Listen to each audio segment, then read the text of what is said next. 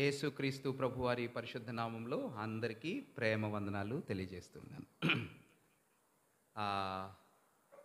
రెగ్యులర్గా మనం ధ్యానం చేస్తున్న అంశంలో నుంచి, దేవుని వాక్యంలో నుండి అపోస్తుల కార్యాల గ్రంథం 1వ అధ్యాయం 8వ వచనంలో నుండి వాక్య వచనాన్ని మనం చదువుకుందాం. అపోస్తుల కార్యాల గ్రంథం 1వ అధ్యాయం 8వ వచనాన్ని మనం చదువుకుందాం. 1:8 అపోస్తుల కార్యాలు. ఆయనను పరిశుద్ధాత్మ మీ మీదికి వచ్చినప్పుడు మీరు శక్తి నొందెదరు. కనుక మీరు యెరూషలేములోను యూదయ సమరయ దేశములందంతటను బూదిగంతముల వరకును నాకు సాక్షులయుందురని వారితో చెప్పెను. ఈ మాటలు చెప్పి వారు చూచుచుండగా ఆయన ఆరోహణమాయెను. అప్పుడు వారి కన్నులకు కనబడకుండా ఒక మేఘము ఆయనను కొనిపోయెను. చదువుబడిన లేఖన వాక్య భాగాల్లో నుండి దేవుడు తన ఆత్మ ద్వారా మనతో మాట్లాడునుగాక. ఆఖరి వారం ప్రభు కొరకు సాక్షులు కావాలి అనే సత్యాన్ని మనం కొన్ని వారాలుగా ధ్యానం చేశాం. ప్రభు కొరకు సాక్షులుగా జీవించాలి అంటే అది శరీర సంబంధమైన బలంతో, మన బుద్ధి బలంతో, మానవ సంబంధితమైనటువంటి శక్తితో ప్రభు కొరకు సాక్షులంగా జీవించలేము. అట్లాగైతే దేవుని యొక్క ఆత్మ మనకు శక్తినిస్తాడు. ఆయన కొరకు సాక్షులంగా జీవించడానికి దేవుని ఆత్మ మనకు సహాయం చేస్తాడు అనే సత్యాన్ని మనం కొంతమేరకు అధ్యయనం చేశాం.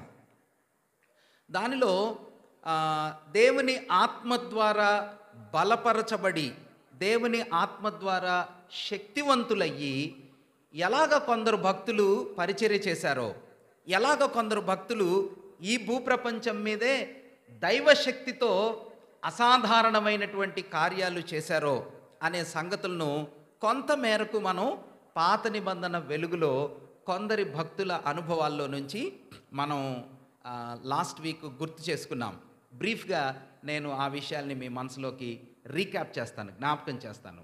ఒకటి, పాత నిబంధనలో తండ్రి అయిన దేవుడు మన కొరకు, లేకపోతే దేవుని పిల్లల కొరకు, God the father worked for his people, ఆయన బిడ్డల కొరకు ఆయన పని చేశాడు. ఎక్కడ? పాత నిబంధన సమయంలో.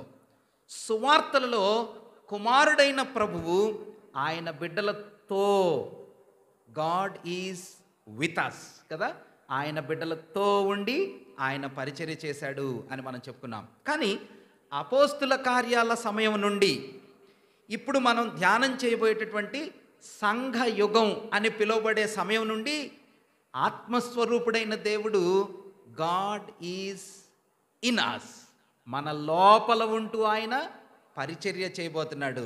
God for us, God with us, God in us. కాబట్టి దేవుడు పాత నిబంధనలో ఆయన బిడ్డల కొరకు పనిచేసినప్పుడు ఆయన భక్తుల్ని ఎలా బలపరిచి వాడుకున్నాడో, సువార్తలలో ప్రభువు ఆయన బిడ్డలతో ఉండి పనిచేసినప్పుడు ఆత్మస్వరూపుడుగా ఎలాగ సహాయం చేశాడో, ఈ రాత్రివేళ దేవుని పిల్లలమైన మన లోపల ఉండి ఆత్మస్వరూపుడైన దేవుడు సంఘయుగ ప్రారంభం నుండి ఇప్పుడు ఆయన మనల్ని ఆరోహణమై తీసుకొని పోయే ర్యాప్చర్ అంటాం కదా, మనందరము ప్రభు సన్నిధికి ఎత్తబడే సమయం వరకు, సంఘమంతా ప్రభు సన్నిధికి చేర్చబడేంత వరకు కూడా ఆ దేవుడు ఎలా పనిచేస్తాడు? He will be working in us, మన లోపల ఉండి ఆయన పని చేస్తాడు అనే సత్యాన్ని మనం గుర్తుపెట్టుకోవాలి. అయితే పాత నిబంధనలో 3 గుంపుల మీద కదా, 3 గ్రూప్స్ ఆఫ్ పీపుల్, 3 రకాలైనటువంటి గుంపుల పైన దేవుడు తన ఆత్మబలాన్ని ఇచ్చి ఆయన పాత నిబంధనలో వాడుకున్నాడు అని మనం కొందరిని గురించి చెప్పుకున్నాం. ఒకటి, ఆయన రాజులు, అధికారులు, ఆ తర్వాత పరిపాలకులు, న్యాయాధిపతులు, రూలర్స్. బేసికల్గా రూల్ చేసే బిడ్డల మీద దేవుడు తన ఆత్మ ప్రభావం నుంచి ఎక్స్ట్రా ఆర్డినరీ శక్తినిచ్చి పరిపాలన చేసే పని కొరకు విశేషంగా ఆయన తన బిడ్డలను ఆత్మబలంతో నింపి వాడుకున్నాడు కదా. ఉదాహరణలు మనం చెప్పుకున్నాం కదా, చాలామంది పేర్లు మీరు చెప్పారు, నేను కూడా చెప్పాను కదా. ఎవరెవరు పరిపాలించినటువంటి దేవుని సేవకులు, అధికారంలో ఉండి అడ్మినిస్ట్రేషన్లో లేకపోతే రూలింగ్లో పవర్, మనుషులను నియంత్రణ చేసి రాజ్యాలను పాలించే విధానంలో ఆత్మబలంతో, బుద్ధిబలంతో, దేవుని ఆత్మచేత నింపబడి ఆ శక్తిని పొందుకున్నటువంటి కొందరు దైవభక్తుల యొక్క పేర్లు, వివరాలు నేను లాస్ట్లో వాళ్ళ పేర్లే చెప్పాను, రెఫరెన్సెస్ చూపించలేదు. మీరు చెప్తారని నేను అనుకుంటున్నాను. ఎవరు? ఒకటి యోసేపు కదా. యోసేపు కళ యొక్క భావాన్ని ఫరో ముందు చెప్పినప్పుడు ఫరో ఏమన్నాడు? ఇతని వలె దేవుని ఆత్మ కలిగిన మనిషిని మనము కనుగొనగలమా కదా. ఏముందంట? శకునగాడు ఉన్నారు, చాలామంది గారడి విద్య చేసేవాళ్ళు ఉన్నారు, బోళ్ళంతమంది ఉన్నారు, కానీ ఇతని లాంటి దైవ ఆత్మ కలిగిన వాడు ఫరోనే కల చెప్పాడు కదా. ఫరో ఏం చెప్పాడంటే, ఇదిగో పేల వెన్నులు 7 ఉన్నాయి, అవేమో తర్వాత వచ్చాయి, బలమైనటువంటి పుష్టి కలిగినటువంటి వెన్నులు, పేల వెన్నులు ఆ బలమైన వెన్నుల్ని మింగివేశాయి. బలమైనటువంటి ఆవులని బలహీనమైనటువంటి ఆవులు మింగివేశాయి అనగానే భక్తుడైన యోసేపు చెరసాలలో నుంచి పిలువబడి ఆ కళ యొక్క భావాన్ని చెప్పాడు. ఎలా చెప్పాడు? క్యాలిక్యులేషన్స్ వేలా, చక్కర్ బోర్డు రాయిలా. చక్కర్ బోర్డు అంటే తెలుసా మీకు? ఊహించి ఒక నెంబర్లు వేసి, ఓహో ఇదనుకుంటా, అట్లా ఊహించి చెప్పలా. భక్తుడైన యోసేపు ఎలా చెప్పాడంట? దేవుని ఆత్మ ద్వారా, దేవుని ఆత్మ ద్వారా. అందువలన ఫరోకి 2వ స్థానంలో నిలబడి భూప్రపంచంలోనే ఈజిప్షియన్ కల్చర్లో, ఐగుప్తీయుల యొక్క వైభవోపేతమైనటువంటి చరిత్రలో మూల పురుషుడిగా నిలబడ్డాడు. ఎవరు? భక్తుడైన యోసేపు. కాబట్టి దేవుని ఆత్మచేత నింపబడిన వాడని యోసేపు అడ్మినిస్ట్రేషన్ వర్క్లో దేవుని ఆత్మచేత పనిచేశాడు. ఆ తర్వాత భక్తుడైన మోషే ఎంతమందిని నడిపించాడు? దగ్గర దగ్గర 10 లక్షల మందిని అనుకోవచ్చు, 6 లక్షల మంది మ్యాన్ పవర్, కాల్బలం, వాళ్ళతో పాటుగా అందరినీ కలిపి నడిపించటంలో భక్తుడైన మోషే దేవుని ఆత్మచేత నడిపించబడ్డాడు. సౌలు దేవుని ఆత్మచేత నింపబడ్డాడు. దావీదు దేవుని ఆత్మచేత నింపబడి దేవుని యొక్క గాయకుడు, సుమధుర గాయకుడు, యెహోవా గాయకుడు అని పేరు పొందాడు కదా. దానియేలును కూడా మనం అలానే చూడగలం. నెబుకద్నెజరు ముందు నిలబడి, దేవదూతల ఆత్మ కలిగిన వంటి వాడు నీలాంటోడు ఇంకొకటి లేడు. దానియేలుదైతే ఇంకా ఎక్స్ట్రాడినరీ స్టోరీ. ఎవరిది? దానియేలుది. ఎవరికంటే ఎక్స్ట్రాడినరీ? యోసేపు కంటే ఎక్స్ట్రాడినరీ. యోసేపుకి కళ రాజుగారు ఏం చేశాడు? చెప్పాడు, విప్పి చెప్పాడు. ఆ కళ చెప్పాడు, ఆ కళభావాన్ని చెప్పాలి యోసేపు. కానీ దానియేలుదైతే అసలు కళ లేదు. ఎంత స్ట్రేంజ్ సిట్యువేషన్. ఎప్పుడైనా మీరు ఆలోచించారా? ఆ దేశంలో నెబుకద్నెజరు యొక్క పరిపాలన ఎట్లా ఉందో తెలుసా? మీరు ఊహించుకోండి. కళ తెలియదంట, కళ మర్చిపోయాడంట, కానీ కళ ఏదో ఉంది, అదేదో నేను మర్చిపోయాను. రాజుగారు మర్చిపోతాడా? ఎప్పుడు వచ్చిన కళ? నిన్న రాత్రి వచ్చిన కళ పొద్దున మర్చిపోయాడు. ఎట్లాంటి రాజు ఈయన? రాత్రి వచ్చిన కళ పగల మర్చిపోయాడు.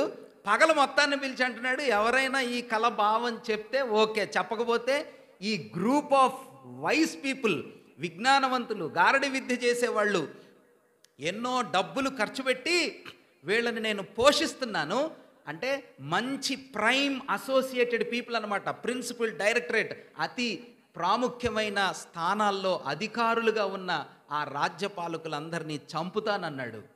ఎవరు వచ్చారు చెప్పటానికి? ఆశ్చర్యంగా ముందుకు వచ్చాడు కదా. ఎవరైనా అడిగితే వచ్చాడా? తనకై తాను ముందుకెళ్ళాడు. ఏమన్నాడు? ఆ కళ నాకు చెప్పక్కర్లేదు. వాట్ ఏ ఛాలెంజింగ్ సిట్యువేషన్ కదా. కానీ ఎలా చెప్పాడంట? దేవదూతల ఆత్మ కలిగినటువంటి దానియేలు వంటి వాడు మన సంస్థానాలలో ఎవరైనా ఉన్నాడా? దేవుని ఆత్మచేత యోసేపు, మోషే, దావీదు, సౌలు, దానియేలు, యెహోషువ భక్తుడు, వీళ్ళందరూ న్యాయాధిపతులుగా చెప్పుకునేటువంటి ఒత్నియేలు, సంసోను, గిద్యోను, యెఫ్తా, వీళ్ళందరూ దేని చేత ఎక్స్ట్రాడినరీ పనులు చేశారంటే దేవుని ఆత్మ చేత చేశారు అనే సత్యాన్ని మనం మనసులో గుర్తుపెట్టుకోవాలి. రెండవదిగా డెలివరర్స్ కదా, న్యాయాధిపతులు, లేకపోతే రాజులు, అధికారులు, న్యాయాధిపతులు. రెండవదిగా ప్రవక్తలు.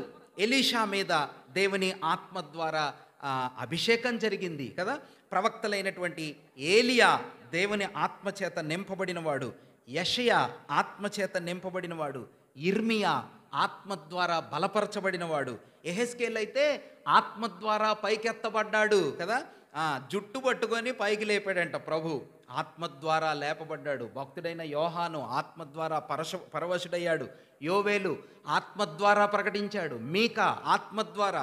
వీళ్ళందరూ కనబడనివి, చూడనివి, ఎప్పుడూ ఎరుగని సత్యాలను భక్తుడైన దావీదు కూడా ఆత్మ ద్వారా ప్రవచించాడు.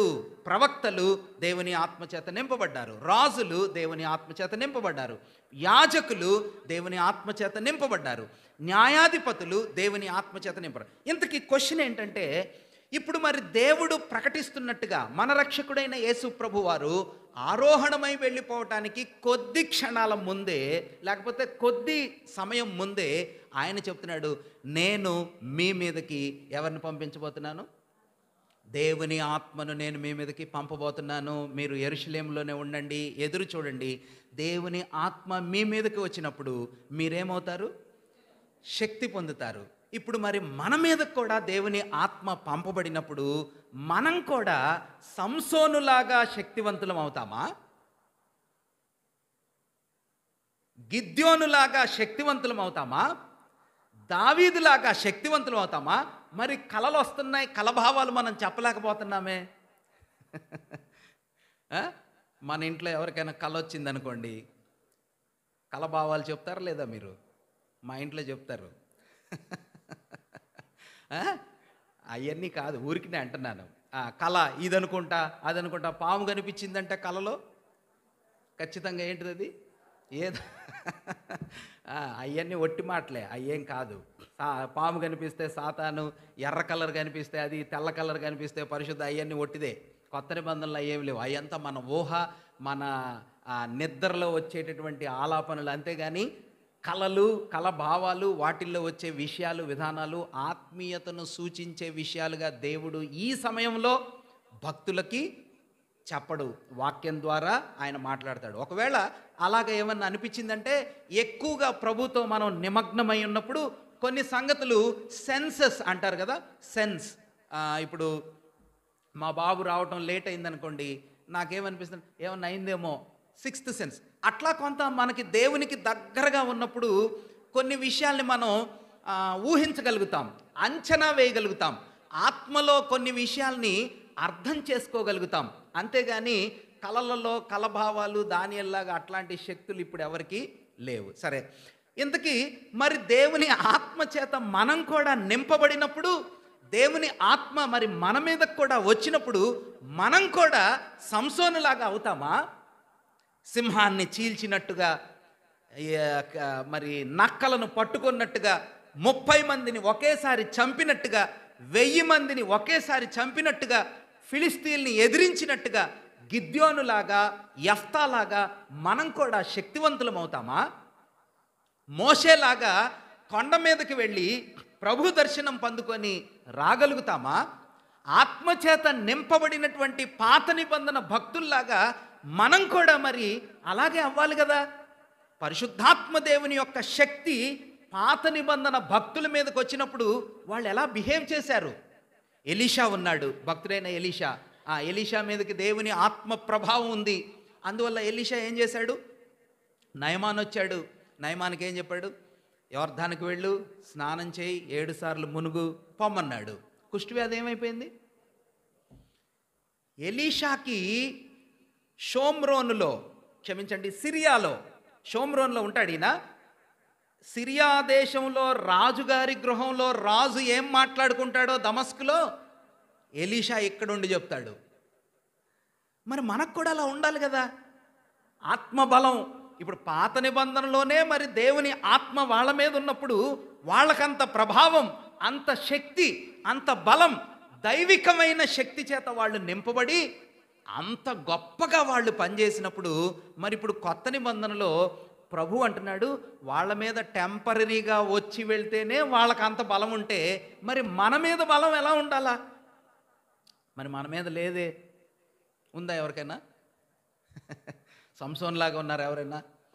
లేకపోతే కలభావాలు చెప్పగలిగే యోసేపులాగా, దావీదులాగా, దానియేలులాగా ఎవరైనా ఉన్నారా? లేమే. మరి దీని భావం ఏంటి?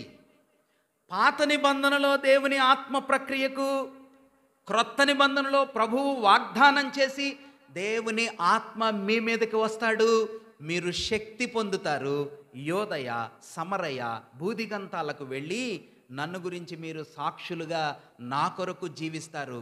దీని భావం ఏమిటి? దీని భావాన్ని మనం అర్థం చేసుకోవటానికి సాక్షాత్తుగా ఆఖరిలో మొన్నటి వారం మనం ఏం గుర్తు చేసుకున్నామంటే, అపోస్తుల కార్యాల్లో ఏదైనా మనం అర్థం చేసుకోవాలంటే వాటి మూలాలను ఎక్కడి నుంచి అర్థం చేసుకోవాలని చెప్పుకున్నాం? Very good. సువార్తలలో నుంచి అర్థం చేసుకో.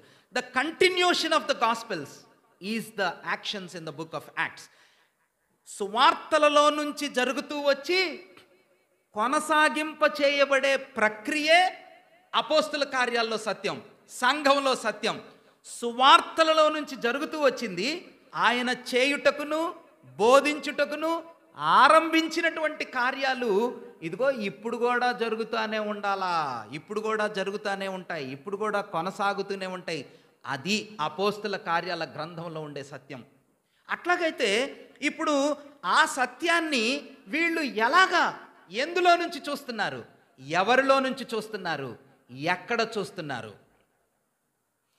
సువార్తల్లో దేవుని ఆత్మచేత నింపబడినటువంటి కొందరు భక్తులు, కొందరు బిడ్డల జీవితాల్ని మనం చూడాలా. వాళ్ళని గురించి చూడటానికంటే ముందుగా మనం ఒక ప్రత్యేకమైనటువంటి వ్యక్తిని మనం గుర్తు చేసుకోవాలా. ఎవరి మీద దేవుని ఆత్మ పనిచేసినట్టుగా, దిగి వచ్చినట్టుగా, ప్రభావంతో ఉన్నట్టుగా సువార్తల్లో మనకి కనిపిస్తుంది? ప్రభువు మీద, యోహాను మీద. భక్తుడైనటువంటి బాప్తిస్మిచ్చే యోహాను ఆత్మచేత నింపబడినవాడు అని చెప్పబడింది. ఆ తర్వాత ఇంకెవరు? మన ప్రభు అయిన రక్షకుడైన యేసుక్రీస్తు ప్రభు వారి మీద కూడా పరిశుద్ధాత్మ దేవుడు పావురము రూపంలో, పావురం కాదు, ఇది గుర్తుపెట్టుకోవాలి మనం. చాలామంది ఏమనుకుంటారంటే పావురమే దిగొచ్చింది. కాదు, పావురమే దిగిరాలా, పావురం లాగా కనిపించింది. అది చూస్తే ఇదేంటి పావురం లాగా ఉందే, షేప్ అలా అనిపించింది. అగ్ని నాలుకల వంటి అగ్ని రూపంలో అలా అనిపించింది. టంగ్స్ అంటే ఇప్పుడు మనం ఏమనుకుంటామంటే ఈ నాలుక, ఏమంటారు దీన్ని, నాలుక, ఈ అగ్ని రూపంలో నాలుకలు కనిపించాయి. ఇప్పుడు మీరు పట్టుకర్ర ఉంది చూసారా? పట్టుకర్ర అంటే తెలుసా మీకు? Cutting player. ఇప్పుడు చపాతీలు మీరు స్టవ్ మీద కాల్చారనుకోండి, దేంతో తీస్తారు? రెండు ఉంటాయి కదా, ఎట్లా ఉంటాయి రెండనా? ఏమంటారు దాన్ని? పూరీలు చేసేటప్పుడు ఇప్పుడు పట్కారా ఆ రెండు ఉన్నాయే, ఇట్లా రెండు ముందుకున్నాయే, ఏమంటారు వాటిని ఇంగ్లీష్లో? టంగ్స్. వన్ టంగ్ హోల్డర్స్ అంటారు, టంగ్స్ అంటారు అనమాట. ఇంగ్లీష్ భాషలో వాటిని టంగ్స్ అంటే రెండు భాగాలుగా ఏదైనా పట్టుకునేవి, ఆ రూపంలో కనిపించేవి ఇంగ్లీష్ భాషలో టంగ్స్ అంటారు. ఇంతకీ ఈ నాలుకల రూపంలో అంటే అది అలా అనిపించింది అంతే, కానీ నాలుక కాదు, అది గుర్తుపెట్టుకోవాలా. అగ్ని గాలి వీచింది, ఓకే? అంటే ఇప్పుడు మనమేదో నాలుక అల్లాడుతున్నట్టుగా, ఏదో ఇష్టం వచ్చినట్టు మాట్లాడుతున్నట్టుగా, ఆత్మదేవుని యొక్క ప్రభావంతో మనం ఏదో నోటితో నిండిపోయినట్టుగా అలా ఊహించుకుంటున్నాం. అది కాదు దాని భావం. టంగ్స్, విభజింపబడినటువంటి భాగాలుగా ఆత్మస్వరూపుడైనటువంటి దేవుడు వారి మీదకి దిగి రావటాన్ని 2వ అధ్యాయంలో చూస్తాం. ఆ సందర్భం వచ్చినప్పుడు వాటిని గురించి మనం విస్తారంగా ధ్యానం చేద్దాం. కానీ ఇక్కడ దేవుని ఆత్మ, పరిశుద్ధాత్మ దేవుడు పావురము రూపములో ఎవరి మీదకి దిగి వచ్చాడు? మన రక్షకుడైన యేసు ప్రభు వారి మీదకి దిగి వచ్చాడు. దీన్ని గురించినటువంటి ప్రస్తావన, దీన్ని గురించినటువంటి ప్రవచనం ఎక్కడైనా ఉందా? 3 భాగాల్లో ఉంది అని ఆఖరి వారం మనం ఆఖరి టైంలో చెప్పుకున్నాం. Very good. భక్తుడైనటువంటి యెషయా ప్రవక్త యొక్క గ్రంథంలో 3 భాగాల్లో మన ప్రభు అయిన యేసుక్రీస్తు వారు ఆత్మచేత నింపబడి దేవుని ఆత్మ ద్వారా పనిచేసిన రీతి విధానాన్ని యెషయా భక్తుడు ప్రవచించి చెప్పాడు. జాగ్రత్తగా గమనించండి. ఇప్పుడు శిష్యులు అర్థం చేసుకునే ఆత్మ నింపుదల, శిష్యులు గ్రహించి గుర్తించి ఆత్మ ద్వారా బలం పొంది పనిచేసిన వ్యక్తి పాత నిబంధన సంసోను కాదు. వీళ్ళ ముందు మీరు ఈ మాటలు గుర్తుపెట్టుకోవాలా. యోసేపు కాదు, ఆత్మ ద్వారా ప్రభావంతో పనిచేసినటువంటి పాత నిబంధన దానియేలు, యోసేపు ఆ భక్తులు కాదు వీళ్ళ ముందు కనిపించింది.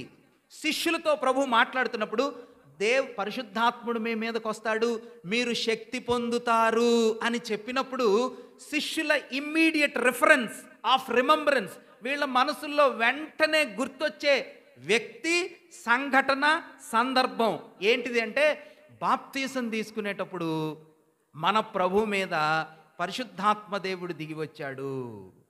ఆయన 3.5 సంవత్సరాలు ఆత్మదేవుని యొక్క బలంతో ఇలా ఇలా ఇలా ఇలా పనిచేశాడు. 3.5 సంవత్సరాలు వీళ్ళు కలిసి ఉన్నారు కదా. 3.5 years పేతురు, యోహాను, ఫిలిప్పు, ఆంద్రేయ, మరి యాకోబు, వీళ్ళ తోమ, వీళ్ళందరూ కలిసి 3.5 years ప్రభు జీవితాన్ని అబ్జర్వ్ చేశారు. అబ్జర్వ్ చేసిన ప్రతి సందర్భంలో వీళ్ళకేమనిపించిందంటే, ఇదిగో ఈయన చేస్తున్న పని దేవుని ఆత్మచేత చేస్తున్నాడు, ఆత్మ ద్వారా ఈయన బలము గల దేవుడు, దేవుని ఆత్మచేత నింపబడిన వాడు. మీకు అర్థమవుతుంది కదా. కాబట్టి మీరు శక్తి పొందుతారు, దేవుని ఆత్మ మీ మీదకి వస్తాడు అని చెప్పినప్పుడు వీళ్ళ మనసుల్లో ఉన్న రిఫరెన్స్ అంటే మనం దేన్ని ఆధారం చేసుకొని ఆ మాటను అర్థం చేసుకుంటామో, వీళ్ళు దేన్ని ఆధారం చేసుకొని ఆ మాటను వీళ్ళ మనసులో అర్థం చేసుకుంటున్నారంటే యేసు ప్రభు వారి జీవితాన్ని చూసి. Not the old testament profits, ఏలియా జీవితాన్ని, ఎలీషా జీవితాన్ని, వాళ్ళ మీద దేవుని ఆత్మ వచ్చినప్పుడు వాళ్ళు జరిగించిన ప్రక్రియని, దాన్ని కాదు వీళ్ళు చూస్తున్నది. వీళ్ళు చూసి అర్థం చేసుకుంటున్నటువంటి అంశం ఏమిటంటే మన ప్రభువు ఎలాగా ఆత్మ ద్వారా జీవించాడో, ఎలాగ ఆయన పని చేశాడో, ఎలాగ ఆయన సంచారం చేశాడో, ఎలాగ ఆయన సేవ చేశాడో, ఎలాగ ఆయన మరణం పొందాడో, ఎలాగ ఆయన తిరిగి లేచాడో, ఇవన్నీ వ్యూ చేసి ఇవన్నీ గుర్తు చేసుకొని వీళ్ళ మనసుల్లో అర్థం చేసుకున్న, ఓహో దేవుని మీద, ప్రభువు మీద పరిశుద్ధాత్ముడు దిగి వచ్చిన రీతి విధానం, దేవుని ఆత్మచేత ఆయన నింపబడి పరిచర్య చేసిన రీతి మన మీద కూడా వచ్చింది. మనం కూడా శక్తివంతులమవుతాం. ఆయన శక్తివంతుడైనట్టుగా మనం శక్తివంతులమవుతాం. ఆయన పని చేసినట్టుగా మనం పని చేయగలుగుతాం. ఆయన జీవించినట్టుగా మనం జీవిస్తాం. ఇక్కడ రిఫరెన్స్, వాళ్ళు అర్థం చేసుకునే అంశం, పాయింట్ అదనమాట. అంతేగాని ఎలీషా ఆత్మ ద్వారా నడిపించబడ్డాడు, ఏలియా ఆత్మ ద్వారా పనిచేశాడు, అగ్నిని కురిపించాడు, ఇలాంటి భావాలతో దేవుని ఆత్మశక్తిని వాళ్ళు ఊహించుకోలేదు. వాళ్ళు ఊహించుకొని అర్థం చేసుకున్నది ఏంటంటే యేసు ప్రభు వారిని చూస్తూ, ఆయన జీవితాన్ని చూస్తూ, ఆయన మీదకి బాప్తిసం ఇచ్చే సమయం దగ్గర నుంచి ఆయన పునరుద్ధానుడై ఆరోహణమై వెళ్ళిపోయేంత దాకా దేవుని ఆత్మచేత ఆయన జీవించిన విధానం, ఆయన ఎలా శక్తివంతుడిగా జీవించాడో ఆ విషయాన్ని వీళ్ళు అర్థం చేసుకున్నారు. దాన్ని అర్థం చేసుకోవటానికి మనం ఇప్పుడు చెప్పుకున్నట్టుగా సువార్తలలో ప్రభుని వాళ్ళు చూశారు. కానీ ఆయన ఎలా సువార్తల్లో పనిచేశాడో దాన్ని అర్థం చేసుకోవటానికి ప్రవచన గ్రంథాలైనటువంటి యెషయా గ్రంథంలో 3 భాగాల్ని మనం చెప్పుకున్నాం కదా. ఎన్ని భాగాలను చెప్పుకున్నాం? 3 భాగాలు. 1 యెషయా గ్రంథం 11వ అధ్యాయం, 2 యెషయా గ్రంథం 42వ అధ్యాయం, 3 యెషయా గ్రంథం 61వ అధ్యాయం. 11, ఆ తర్వాత 42, ఆ తర్వాత 61. ఒకసారి చూద్దాం, ఆ 3 అధ్యాయాల వైపుకి మన దృష్టిని తీసుకుని వెళ్దాం. యెషయా గ్రంథం 11వ అధ్యాయం.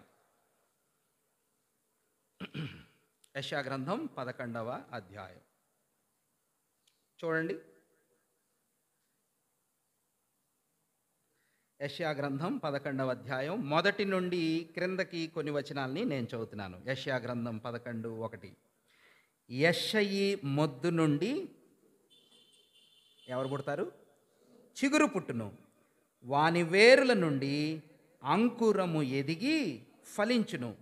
యెహోవా ఆత్మ జ్ఞాన వివేకములకు ఆధారమగు ఆత్మ, ఆలోచన బలములకు ఆధారమగు ఆత్మ, తెలివిని యెహోవా ఎడల భయభక్తులను పుట్టించు ఆత్మ అతని మీద నిలిచును. యెహోవా భయము అతనికి ఇంపైన సువాసనగా ఉండును. కంటి చూపును బట్టి అతడు తీర్పు తీర్చడు, తాను విను దానిని బట్టి విమర్శ చేయడు. నీతిని బట్టి బేదలకు తీర్పు తీర్చును. భూనివాసులలో దీనులైన వారికి యథార్థముగా విమర్శ చేయును. తన వాగ్దండము చేత లోకమును కొట్టును, తన పెదవుల ఊపిరి చేత దుష్టులను చంపును. అతని నడుమునకు నీతియు, అతని తుంట్లకు సత్యమును నడికట్టుగా. ఇది అర్థం చేసుకోవాలంటే కొంచెం కష్టపడాలి. ఏది? ఈ మాటలు అర్థం చేసుకోవాలంటే మనం కొంచెం కష్టపడాలి.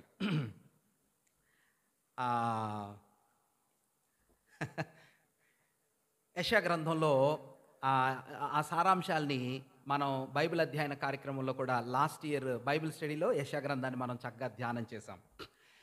యెషయా గ్రంథం ప్రారంభంలో ఇశ్రాయేలీలైనటువంటి దేవుని పిల్లలు, యూదులైనటువంటి దేవుని పిల్లలు 8వ అధ్యాయంలో మనం చూద్దాం. చూడండి, యెషయా గ్రంథం 8వ అధ్యాయం. 11వ అధ్యాయం అర్థం చేసుకోవడానికి ఇప్పుడు మనం 8వ అధ్యాయంలోకి వెళ్తున్నాం.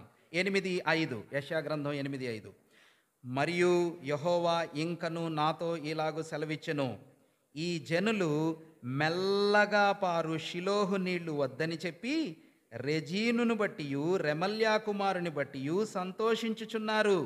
కాగా ప్రభువు బలమైన యూఫ్రటీసు నది విస్తార జలములను, అనగా అషూరు రాజును అతని దండంతటిని వారి మీదకి రప్పించును. అవి దాని కాలువలన్నిటి పైగా పొంగి ఒడ్డులన్నిటి మీదను పొర్లి పారును. అవి యూదా దేశములోనికి వచ్చి పొర్లి ప్రవహించును. అవి కుతికల లోతగును. ఇమ్మానుయేలు పక్షి తన రెక్కలు విప్పినప్పటి వలె దాని రెక్కల వ్యాపకము నీ దేశ వైశాల్యం అంతటను వ్యాపించును.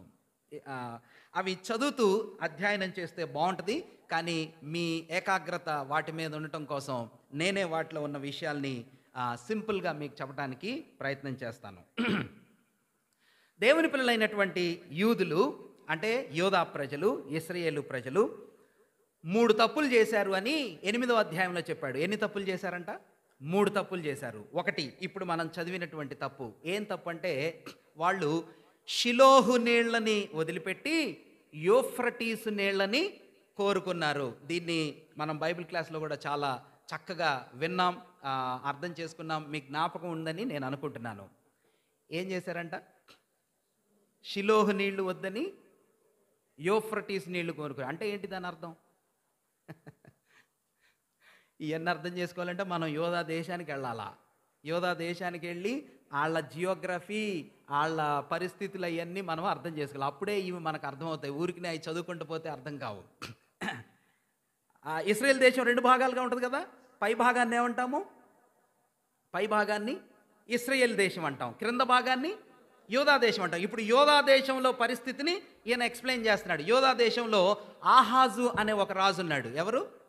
ఆహాజు అనే రాజు. ఈ ఆహాజు అనే రాజు యెరూషలేములో పరిపాలన చేస్తూ ఉండగా ఇశ్రాయేలు దేశంలో రెమల్యా కుమారుడైన పెహకు, చెప్పండి, రెమల్యా కుమారుడైన పెహకు ఏ దేశానికి రాజు? ఇశ్రాయేల్ దేశానికి రాజు. ఇశ్రాయేలు దేశంలో రెమల్యా కుమారుడైన పెహకు అని చెప్తాను, ఓకే. ఇశ్రాయేలు దేశంలో పెహకు రాజుగా ఉన్నాడు. ఇశ్రాయేలు దేశానికి పైనుండే దేశం ఏంటి? పైనుండే దేశం ఎడం వైపున లెబనాన్ ఉంటుంది, కుడివైపున సిరియా ఉంటుంది. సిరియాకి కొంచెం పైన అష్షూర్ ఉంటుంది. ఆ ఫిగర్ మీ మనసులో గుర్తుంటేనే మీకు వాక్యం అర్థమైద్ది. అందుకే నేను మాట మాటకి ఎప్పుడు చెప్పినా అవి చెప్తానే ఉంటా. అవి అర్థం కాకపోతే మనకు అసలు వాక్యం అర్థం కాదు. అంటే ఈ స్ట్రాటజిక్ మూవ్స్, వాళ్ళు వేసేటటువంటి స్ట్రాటజిక్ మూవ్స్ మనకు అర్థం కావాలంటే అవి మనకు అర్థం కావాలా. అంటే ఉదాహరణకి ఏంటంటే ఆంధ్రప్రదేశ్ మీద అటాక్ చేయటానికి మన ఆంధ్ర పైన ఉండే రాష్ట్రం ఎవరు? మన ఆంధ్ర పైన ఆనుకొని ఉండే రాష్ట్రం ఒరిస్సా. ఇప్పుడు ఒరిస్సా వాళ్ళు మన మీదకి అటాక్ చేయటానికి వస్తున్నారనుకోండి, మనం ఎవరిని ఆశ్రయించాలా? ఒరిస్సా బార్డర్లో మనకి ఇబ్బంది కలిగిస్తున్నారు ఉదాహరణకు లేండి. ఒరిస్సా వాళ్ళు మన మీదకి అటాక్ చేస్తుంటే ఆంధ్ర మీదకి మనం ఎవరి దగ్గరికి వెళ్ళాలా? ఏదో ఒకటి ప్లాన్ చేయాలి కదా. ఒరిస్సా పైనుండే రాష్ట్రం వెస్ట్ బెంగాల్, బీహార్, ఆ రాష్ట్రాలు. ఇప్పుడు మన రాష్ట్రాన్ని ఒరిస్సా ఇబ్బంది పెడుతుంటే మనం ఎక్కడికి వెళ్ళాలా? ఒరిస్సాకి పైనుండే రాష్ట్రానికి వెళ్ళి వాళ్ళని ట్రబుల్ చేయమని చెప్పాలా? ఈ మనకు తెలియాలా? ఇన్ ద సేమ్ వే కింద ఉన్నటువంటి రాజైనటువంటి ఆహాజు, పైన రాజైనటువంటి పెహకు పైనుండేటువంటి రాజైన సిరియా దేశపు రాజైనటువంటి రెజీను. సిరియా దేశానికి రాజు ఎవరు? రెజీను, పెహకు. వీళ్ళిద్దరూ చేతులు కలిపారు. ఎవరెవరిద్దరు? రెజీను, పెహకు. వీళ్ళిద్దరూ చేతులు కలిపి ఎవరి మీదకి వస్తున్నారు? ఆహాజు మీదకి వస్తున్నారు. ఫైటింగ్ చేయటానికి, ఆహాజును చంపటానికి, యెరూషలేమును ధ్వంసం చేయటానికి, పాడు చేయటానికి వస్తున్నారు. వస్తూ ఉంటే యెషయా దైవభక్తుడు ఆహాజు దగ్గరికి వెళ్ళి ఏమని చెప్తున్నాడంటే, ఆహాజు గారు వందనాలు సార్, కొడుకుని తీసుకొని వెళ్ళి వందనాలు సార్, మీరు ఆ సిరియా దేశపు రాజైన రెజీనుని, షోమ్రోనుకి రాజైనటువంటి పెహకుని, వాళ్ళని చూసి భయపడిపోతున్నారు, వణికిపోతున్నారు. మీరు భయపడక్కర్లేదు. భయపడిపోయి వీళ్ళిద్దరినీ చంపటానికి శక్తివంతుడైనటువంటి ఇంకొక రాజు ఉన్నాడు. ఎవరైనా? Very good. వీళ్ళందరికీ పైన ఉంటాడు అష్షూరు రాజు. ఆ అష్షూరు రాజు చాలా పవర్ఫుల్ మ్యాన్.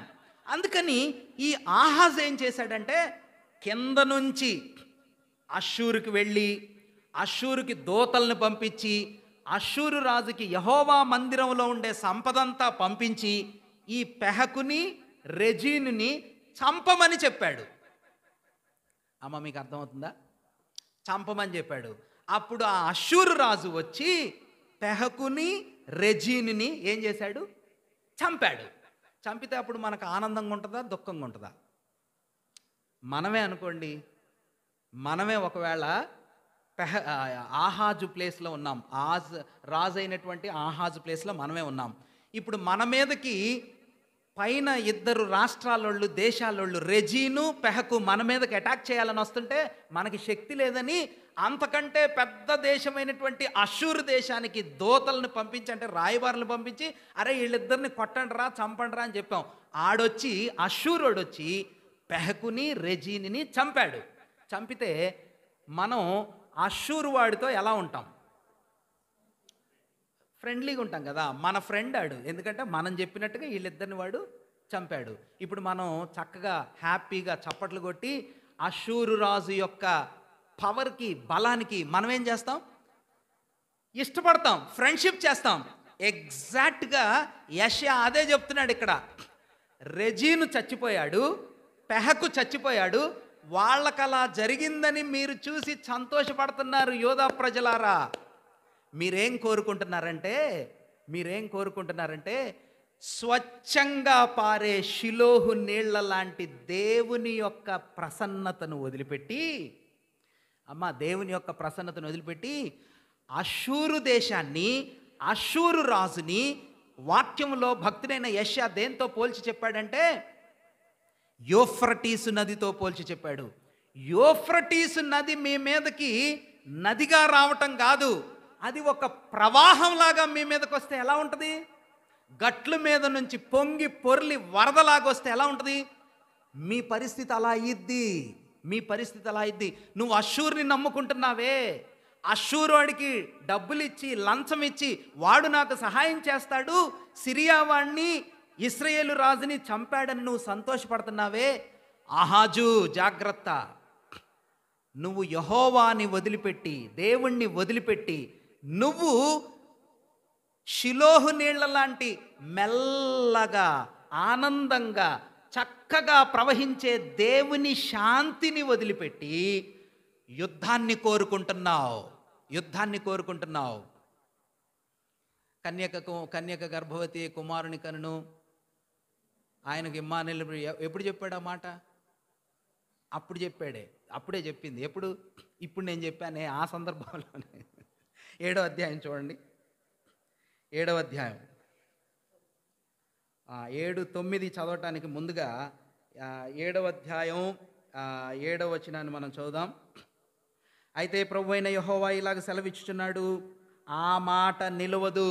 ఏ మాట నిలవదు? రెజీను పెహకు వచ్చి మీ మీద అటాక్ చేసి యెరూషలేమును ధ్వంసం చేస్తారు అని వాళ్ళిద్దరు చెప్పుకుంటున్నారే. ఎవరిద్దరు? Rezin Pekah. Very good. ఆ మాటలు అవి తెలియాలి మనకి. రెజీను పెహకు వచ్చి ఆహాజును చంపేద్దాం అనుకుంటున్నారే, ఆ మాట నిలవదు, అది జరగదు. దేవుడు యెషయా ద్వారా చెప్తున్నాడు, ఆ మాట నిలవదు, అది జరగదు. దమస్కు సిరియాకు రాజధాని, దమస్కునకు రెజీను రాజు. 65 సంవత్సరములు కాకమునుపు ఎఫ్రాయిము జనము కాకుండా నాశనమగును. షోమ్రోను ఎఫ్రాయిమునకు రాజధాని, షోమ్రోనుకు రెమల్య కుమారుడు రాజు. మీరు నమ్మకుండిన ఎడల స్థిరపడకయుందురు. అది కానీ నువ్వు నమ్మకపోతే, ఏది? అష్షూరోడికి వెళ్ళి వాడి సహాయం తీసుకొని వీళ్ళొచ్చి నన్ను చంపేస్తారు అని నువ్వు నమ్మి, అష్షూరోడి హెల్ప్ తీసుకొని వీళ్ళని జయిస్తారు అని నువ్వు అనుకుంటే నువ్వు మోసపోతావు. అలా అనుకోకపోతే నువ్వు మేలు పొందుతావని యెషయా భక్తుడు ఆహాజుకి చెప్పాడు.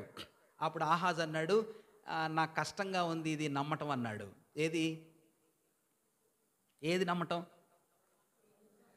పెహకు రెజీను నన్ను వచ్చి చంపేస్తారు, నేను అష్షూరు రాజు హెల్ప్ తీసుకోకపోతే నేను చచ్చిపోతాను అని నాకు భయంగా ఉంది అంటే యెషయా ఏమన్నాడు? అది జరగదు, నువ్వు దేవుని నమ్ము, ప్రభువుని నమ్మితే నువ్వు అనుకుంటున్న మాట నెరవేరరా బాబు అని చెప్తే ఆహాజు నమ్మట్లా. అప్పుడు యెషయా ఏమన్నాడు తెలుసా? నీకు నమ్మకం కలగట్లేదా? ఒక సూచన అడుగు. ఏం అడగాల? ఏదైనా ఒక సూచన అడుగు. దేవుడు ఇది చేస్తే నేను నమ్ముతాను అంటాం కదా, బోల్డెన్ సార్లు అంటారు కదా. ఏమంటారు? దేవుడు మాకు ఈ క్యాన్సర్ తగ్గిస్తే ఏం చేస్తారంట? అంటే దేవుడు ప్రూవ్ చేసుకోవాలా. ఏమని? అప్పుడు దేవుడు గొప్పడా మనం గొప్పడమా? నేను ఫర్ ఎగ్జాంపుల్ ఒక పిహెచ్డి ప్రొఫెసర్ అనుకోండి, నేను ఒక పెద్ద ప్రొఫెసర్. ఎల్కేజీ వాడు నన్ను అడుగుతున్నాడు, నువ్వు ప్రూవ్ చేయి నువ్వు టీచర్వో కాదో, నువ్వు 2వ ఎక్కని చెప్పు, 3వ ఎక్కని చెప్పు, టేబుల్స్ 10 వరకు చెప్పి అసలు నువ్వు క్యాపబుల్ టీచర్వో కాదో నువ్వు ప్రూవ్ చేయి, అప్పుడు నేను నీ క్లాస్లో జాయిన్ అవుతా అంటే ఎట్లా ఉంటుంది? ఎవరైనా జాయిన్ చేసుకుంటారా? కొన్నిసార్లు అట్లా అడుగుతాం, దేవా నువ్వు ఇది చేస్తే మేము నమ్ముకుంటామండి, ఇంటిళ్ళ పాది వచ్చేస్తామండి, మా అన్నీ వదిలేస్తామండి. అవన్నీ ఒట్టి మాటలే, దేవుడు ప్రూవ్ చేసుకొని అక్కర్లేదు. కానీ ప్రభు అన్నాడు, ఆహాజుతో అంటున్నాడు, నీకు నమ్మకం కలగట్లేదా? ఒక సూచన అడుగు, నేను చేస్తాను. ఏమి సూచన అడుగుతావు? అగో పైన అరుంధతి నక్షత్రం ఉంది కదా, పైన ఆకాశంలో అరుంధతి నక్షత్రం ఉంది కదా, ఆ అరుంధతి నక్షత్రం నా రూమ్లో కనబడాలా. ఎక్కడ కనబడాలా? అలా అడగరా అన్నాడు. ఉదాహరణకి నేను చెప్పా, అట్లా అంటే ఆకాశములో నుండి ఏదో ఒక పెద్ద విషయాన్ని నువ్వు భూమి మీదకి తెమ్మని అడుగు, గాడ్ విల్ డూ ఇట్. ఒకవేళ అది నీకు కుదరట్లేదా? పాతాళ లోకములో నుండి ఏదో ఒక పెద్ద విషయాన్ని బయటికి తెమ్మని అడుగు. పాతాళ లోకంలో నుంచి నువ్వు ఒక సూచన అడుగు, దేవుడు చేస్తాడు. మనకు కానీ ఆఫర్ ఇస్తే మీరేం అడుగుతారు? ప్రభువా నేను నిన్ను నమ్మాలి, నాకు నమ్మకం కుదరట్లేదు, ఏదైనా ఒక అద్భుతం చెయ్యా, సూచక్రియ చెయ్యా, నేను నమ్ముతా అన్నాను. ఏం సూచక్రియ అడుగుతారు మీరు? నేనైతే ప్రభువా వారంలో ఇదంతా పెద్ద డూప్లెక్స్ కట్టించు, మందిరం కట్టించు, లేకపోతే పెద్ద కట్టించు. ఆహాజ్ అంటున్నాడు, నేను నమ్మను, నాకు వద్దు. అప్పుడు యెషయా భక్తుడు చెప్తున్నాడు, ఓరే పిచ్చోడా, అంటే నాకు చూడండి, ఆ మాటలు నేను చదువుతాను, మీకు అర్థమవుతాయి అనుకుంటున్నాను. 7వ అధ్యాయం 10వ వచనం, యెషయా గ్రంథం 7:10. యెహోవా ఇంకను ఆహాజునకు ఇలాగ సెలవిచ్చును, నీవు దేవుడైన యెహోవా వలన సూచన అడుగుము, అది పాతాళమంత లోతైనను సరే, ఊర్ధ్వలోకమంత, ఊర్ధ్వలోకం అంటే పైన, పైలోకం, ఊర్ధ్వలోకమంత ఎత్తైనా సరే నువ్వు అడుగు, దేవుడు చేస్తాడంటే ఆహాజు అంటున్నాడు, ఆహాజు నేను అడగను, యెహోవాను శోధింపనని చెప్పగా, అప్పుడు యెషయా ఆహాజుతో ఇట్లా అంటున్నాడు, అతడు ఇలాగ చెప్పును, దావీదు వంశస్థులారా వినుడి, మనుష్యులను విసిగించుట చాలదనుకుని నా దేవుని కూడా విసిగింతురా. కాబట్టి ప్రభు తానే ఒక సూచన మీకు చూపును, ఆలకించుడి. కన్యక గర్భవతి అయి కుమారుని కని అతనికి ఇమ్మానుయేలను పేరు పెట్టును. అమ్మా, ఇక్కడ అద్భుతమైన విషయం ఏమిటంటే, భక్తుడైనటువంటి యెషయా, నువ్వు అడగవా, నీకొద్దా, దేవుడే ఒక సూచన ఇస్తాడు. ఈ మాటలు మీరు అర్థం చేసుకోవాలంటే రాజులు 2వ గ్రంథం 16:8 చదవాలి, ఇప్పుడు కాదు, మీరు ఇంటికి వెళ్ళిన తర్వాత చదవండి. రాజులు 2వ గ్రంథం 16వ అధ్యాయంలో ఆహాజు ముందే డబ్బులు పంపించేశాడు. ఎవరికి? అష్షూరోడికి. ముందే ఫ్రెండ్షిప్ చేసి వీళ్ళిద్దరిని చంపమని డబ్బులు ఇచ్చేశాడు. అందుకన్నాడు నేను అడగనని, సూచన నేను అడగనని. ఎందుకన్నాడంటే ఆల్రెడీ డబ్బులు పంపించాడు, యెహోవా మందిరంలో ఐటమ్స్ అన్నిటినీ, ఆస్తులన్నీ పంపించి వీళ్ళిద్దరిని చంపరా బాబు అని చెప్పేశాడు. అందుకని నేను ఆల్రెడీ డీల్ ఫిక్స్ చేసుకున్నాను, ఇంకా దేవుడితో నాకు పనక్కర్లేదు, దేవుడే ఆయన సజీవంగా నాకు కళ్ళ ముందు నిరూపించే సూచన చేసిన నేను ఆయనను నమ్మను అని కూర్చున్నాడు ఆహాజు. ఇంతకీ ఇది వాళ్ళు చేసిన మొదటి తప్పు. ఏంటి తప్పు అంటే, షిలోహు అంటే నెమ్మదిగా ప్రవహించే నీళ్లని వదిలిపెట్టి వరదలాగా వాళ్ళని ముంచే యూఫ్రటీస్ని వాళ్ళు కోరుకున్నారు. రెండవ తప్పు, వాళ్ళు చేసినటువంటి రెండవ తప్పు కూడా చూద్దాం. చూడండి, 8వ అధ్యాయం, యెషయా గ్రంథం 8వ అధ్యాయం, యెషయా గ్రంథం 8వ అధ్యాయం 13వ వచనాన్ని మనం చదువుదాం. యెషయా గ్రంథం 8:13, 11 నుండి 15 వరకు చదవాలి. 13వ వచనాన్ని మనం చదువుదాం. 13, సైన్యములకు అధిపతి ఆగు యెహోవాయే పరిశుద్ధుడనుకొనుడి, మీరు భయపడవలసిన వాడు ఆయనే, ఆయన కోసమే దిగులు పడవలను, అప్పుడు ఆయన మీకు పరిశుద్ధ స్థలముగా ఉండును. అయితే వీళ్ళు అంటున్నారు, అయితే ఆయన ఇశ్రాయేలు యొక్క 2 కుటుంబములకు తగులు రాయిగాను అభ్యంతరము కలిగించు బండగాను ఉండును, యెరూషలేము నివాసులకు బోనుగాను చిక్కువలగాను ఉండును, అనేకులు వాటికి తగిలి తొట్టిల్లుచు పడి కాళ్ళు చేతులు విరిగి చిక్కుబడి పట్టుబడుదురు. ఇక్కడ ఇంకొక తప్పు చేశారు. ఏం తప్పు? ఒకటి, షిలోహు నీళ్లు వద్దు అని యూఫ్రటీస్ నీళ్లను కోరుకున్నారు. ఇక్కడేమొద్దన్నారంటే, మీరు భయపడవలసినది దేవుడైన యెహోవాకే, ఆయనను కానీ మీరు నమ్ముకుంటే అప్పుడు ఆయన మీకు పరిశుద్ధ స్థలముగా ఉండును. మీరు ఆయన్ని నమ్ముకుంటే ఆయన మీకు ఎట్లా ఉంటాడంట? పరిశుద్ధ స్థలం అంటే హోలీ ప్లేస్, శాంక్చురీ, ఆయన గుడి, ఆయన ఆశ్రయం, ఆయన కాపుదల ఉండే స్థలంగా ఉంటాడు. మీరు కానీ ఆయన్ని నమ్ముకోకపోతే అప్పుడు ఎలా ఉంటాడు ఆయన? ఆ కింద చెప్పాడు కదా, యెరూషలేము నివాసులకు 14 మధ్యలో బోనుగాను. ఇప్పుడు ఎలా ఉన్నాడు? బోన్ అంటే ఎలుకలను బట్టే బోన్, లేకపోతే సింహాలని వాటిల్ని పెట్టే బోను, ఆ తర్వాత చిక్కుబెట్టి పక్షులని పట్టుకునే వల. ఆయనను నమ్ముకుంటే మందిరం, ఆలయం, నివాస స్థలం, ప్రాకారంతో కూడినటువంటి పరిశుద్ధ దేవుని స్థలం, సెక్యూరిటీ, ప్రజెన్స్, దేవుని ప్రసన్నత ఉండే ఆలయం మీకుంటుంది. అంటే శాంక్చురీ అని చెప్పొచ్చు అనమాట. Sanctuary, God will be your sanctuary. దేవుడు మీకు ఒక మంచి నివాస స్థలం లాగా ఉంటాడు ఆయన నమ్ముకుంటే. ఆయన్ని నమ్ముకోకపోతే స్నేర్ అంటారు. స్నేర్ అంటే వల కదా, చిక్కు పెట్టే వల. ఎలుకలు పడకపోతే ఏం పెడతారు? అది అతుక్కుపోయే ఒక గమ్ ఉంటుంది కదా, ఆ ఎలుక దాని మీద చిక్కుబడిందంటే, అతుక్కుపోయిందంటే ఇంకా కదలదు. బోన్లో ఇరుక్కుందంటే పోదు. చిక్కుబడిపోయిన వీళ్ళేం కోరుకున్నారంటే, మాకు ఆశ్రయ స్థలంగా ఉండే ఆ దేవుని మందిరం వద్దు, మాకేం కావాలా? బోన్ కావాలా, మాకు వల కావాలా, చిక్కుబడిపోయేటటువంటి వల కావాలి మాకు. ఒకటి షిలోహి నీళ్ళు వద్దన్నారు, యూఫ్రటీస్ నీళ్లు కావాలన్నారు, వరద నీళ్లు కావాలన్నారు. రెండు, దేవుని ఆలయం వద్దని వలను కోరుకున్నారు, చిక్కు బోనును కోరుకున్నారు. మూడవదిగా వీళ్ళు ఏం కోరుకున్నారంటే 8వ అధ్యాయంలో మనం చూద్దాం, చూడండి, 20వ వచనం చూద్దాం. 8:20, యెషయా 8:20. ధర్మశాస్త్ర ప్రమాణ వాక్యములు విచారించుడి, ఈ వాక్య ప్రకారం వారు బోధించని ఎడల వారికి అరుణోదయము కలగదు.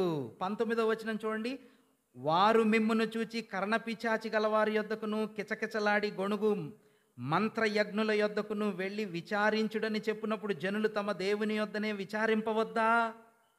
22వ వచనం, భూమి తట్టు తేరి చూడగా బాధలను అంధకారమును దుస్సహనమైన వేదనయు కలుగును, వారు అంధకారములోనికి తోలివేయబడుదురు.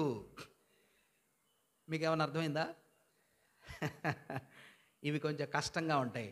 ఇశ్రాయేలీయులు చేసిన 3 తప్పుల్లో ఒకటి, షిలోహు నీళ్లు వద్దన్నారు. అంటే మెల్లగా ఓటలాగా ప్రవహించే నీళ్లు వద్దని, ప్రవాహంలాగా ఉండేటటువంటి వరద నీళ్లు, ఉధృతంగా ముంచేసే జలప్రళయం లాంటి యూఫ్రటీస్ నీళ్లు కావాలి అని కోరుకున్నారు. ఒకటి. రెండు, మాకు దేవుని మందిరం ప్రశాంతంగా, ఆలయంగా, సంతోషంగా ఉండే దేవుని ప్రసన్నతను వద్దని, ఆయన ఉండేటటువంటి మంచి ప్లేస్ వద్దని. రెండోది ఏం కోరుకున్నారు? బోన్ చిక్కుబడి వలలో ఇరుక్కునే స్థలం కావాలి అని కోరుకున్నారు. మూడవది, కిచకిచలాడేవాళ్ళు, మంత్రాలు చెప్పేవాళ్ళు, సోద చెప్పేవాళ్ళు, అపవిత్రమైన మంత్రజ్ఞుల దగ్గరికి వెళ్ళి దేవుని మాటలు తెలుసుకోవాలని వెళ్తున్నారు. దానివలన ప్రభు ఏమన్నాడంటే, వాళ్ళు మిమ్మల్ని అంధకారంలోకి తీసుకెళ్తారు. వాళ్ళ దగ్గర మీరు తెలుసుకునే విషయాల్ని చీకటి. కానీ మీరేం చేయాలి? అలా వాళ్ళ దగ్గరికి వెళ్ళినప్పుడు, మాకొద్దు, నిజదేవుడు ఉన్నాడు, ఆయన జీవం గలవాడు, మాట్లాడతాడని దేవుని దగ్గరికి మీరు రావద్దా? ఒకవేళ మీరు ఆయన దగ్గరికి రాకపోతే అరుణోదయము మీకు, అరుణోదయం అంటే లైట్, వెలుగు కదా, మీకు వెలుగు కలగదు, మీకు వెలుతురు రాదు. వీళ్ళేం కోరుకున్నారంటే, మాకు లైట్ వద్దు, మాకేం కావాలి? చీకటే కావాలి.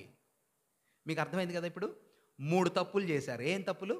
3 తప్పులు. ఒకటి, షిలోహు వద్దు, యూఫ్రటీస్ నీళ్లు కావాలి, వరద నీళ్లు కావాలి. 2, మాకు దేవుని ఆలయం వద్దు, బోనే కావాలి, మాకు ఇరుకులో ఉండే వలే కావాలా అని కోరుకున్నారు. మూడోది ఏం కోరుకున్నారు? మాకు వెలుగు వద్దు, మాకు చీకటే కావాలి అని కోరుకున్నారు. అయితే ఇదిగో ఇలా ఉన్న వాళ్ళ పరిస్థితిని ఒక ఆయన ఉద్ధరించటానికి రాబోతున్నాడు. ఒక విమోచకుడు రాబోతున్నాడు. ఆ విమోచకుడు ఎవరు అంటే, ఎవరంట? Very good. 9వ అధ్యాయం 6వ వచనం చూడండి. 9వ అధ్యాయం 6వ వచనం, ఏలయనగా మనకు శిశువు పుట్టెను, మనకు కుమారుడు అనుగ్రహింపబడెను, ఆయన భుజముల మీద రాజ్యభారముండును, ఆశ్చర్యకరుడు, ఆలోచనకర్త, బలవంతుడైన దేవుడు, నిత్యుడగు తండ్రి, సమాధానకర్తయగు అధిపతి అని అతనికి. ఇదిగో ఒక ఆయన వస్తాడు, ఇమ్మానుయేలుని పేరు పెట్టబడతాడు. ఆయన మిమ్మల్ని విమోచిస్తాడు, ఆయన విమోచకుడు, రక్షిస్తాడు. ఇంతకీ ఆయన ఎట్లా పుడతాడు? ఇప్పుడు చెప్పాడు చూడండి. ఎక్కడ చెప్పాడు? 11వ అధ్యాయం మొదటి వచనం. యెషయి మొద్దు నుండి. దీని అర్థం ఏంటంటే, 9వ అధ్యాయం 6వ వచనంలో శిశువు పుట్టెను, కుమారుడు అనుగ్రహించబడెను, భుజముల మీద రాజ్యభారం, ఆశ్చర్యకరుడు, ఆలోచనకర్త, బలవంతుడైన దేవుడు, నిత్యుడగు తండ్రి, సమాధానకర్త అధిపతి అని ఆయన పేరు చెప్పాడే. ఆయన పరలోక సంబంధమైనటువంటి మనిషి. ఈ రాజు ఎవరు? ఈ పుట్టుక, ఈ వ్యక్తిత్వం, ఆయన గుణలక్షణాలు, ఆయనలో ఉండే క్యారెక్టర్స్ అన్నీ ఎక్కడి అంటే మనుషులి కాదు, ఇట్ ఈస్ ఫ్రమ్ హెవెన్. ఈయన రావటమే పరలోకం నుంచి వస్తాడు, ఈయన పుట్టటమే దైవ కుమారుడిగా పుడతాడు. ఆలోచనకర్త, బలవంతుడైన దేవుడు, అద్భుతకరుడు, నిత్యుడగు దేవుడు, ఇవన్నీ పరలోక గుణ లక్షణాలు. కానీ ఇదిగో మరి మిమ్మల్ని ఉద్ధరించాలంటే, మిమ్మల్ని మళ్ళీ బయటికి తీసుకురావాలంటే ఆయన పరలోక సంబంధమైన వ్యక్తిగా మాత్రమే కాదు, యెషయి కుమారులలో మొద్దులో నుంచి పుట్టినట్టుగా పుడతాడు. మానవ సంబంధమైన మనిషిగా కూడా ఆయన పుడతాడు. మీరు చూడండి, దేవుని యొక్క దైవత్వం, మానవుని యొక్క సంపూర్ణత్వం, ఈ రెండు మిళితమై ఒక ఆయన ఉంటాడు. Godliness, manliness, human being, divine. ఆత్మ సంబంధమైనటువంటి పరలోకపు దేవుడు, శరీర సంబంధంగా దావీదు కుమారుడు, అబ్రహాము కుమారుడు, యేసుక్రీస్తు ప్రభువారు, ఏమని చెప్దాం, మరియ కుమారుడు, యోసేపు కుమారుడు, వడ్రంగి కుమారుడు. కానీ is a divine God, is a powerful man, is from the eternity. వాక్యమై ఉన్నవాడు, జీవమైన. ఈ రెండు మిళితమవుతాయి. ఈ రెంటి యొక్క కలయికతో ఆయన వస్తాడు. మరి వచ్చి మిమ్మల్ని విమోచించే పని చేస్తాడు, మీకు రాజ్యం ఇస్తాడు, మీకు నూతనత్వాన్ని ఇస్తాడు. మనమేం చూస్తామంటే, ఈ పుట్టబోయేటటువంటి మానవ శరీర సంబంధమైన రీతిలో దావీదు కుమారుడిగా పుడతాడే. రోమాపత్రికలో చెప్తాడు కదా, శరీర రీతిగా ఆయన ఎట్లా పుట్టాడంట. రోమాపత్రిక 1వ అధ్యాయం మనం చాలాసార్లు చదివాము, మరొకసారి చూద్దాం. రోమాపత్రిక 1వ అధ్యాయం 2 నుంచి 7 వచనాలు అన్నీ కలిసే ఉన్నాయి.